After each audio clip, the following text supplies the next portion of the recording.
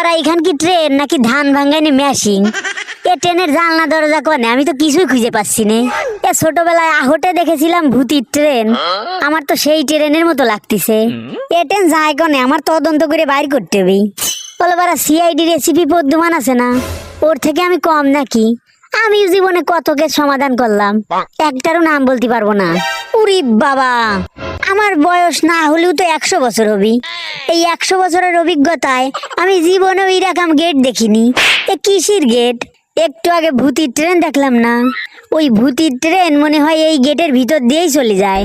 এ আমি যেহেতু একজন সাহসী মানুষ, আমার জানতেই হবে এই ট্রেন আসলে যাচ্ছে কনে। বলো, প্রথম কথা হচ্ছে যে ভয় পাওয়া যাবে না, সাহস নিয়ে এর ভিতর দিয়ে আগায় যাওয়া লাগবে।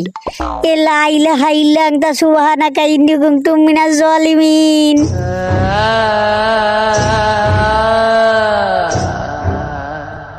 এ কি মনে করেছিস আমার ভূতি ধরবি, তাই নে? আলো 4-5টা ভূত মনে করতে আমার সামনে আসিছিল, কান ছিঁড়ে পাইছে জনমের চরান চড়াইছি, পরে বোতলের মধ্যে আটকায় একটা মাটি খুঁড়ি ওর মধ্যে গাড়ি রেখে চলে আসছি। আমাকে নাকি দেখাবে ভূতে ভয়? আলো ভূতির আব্বা আমি।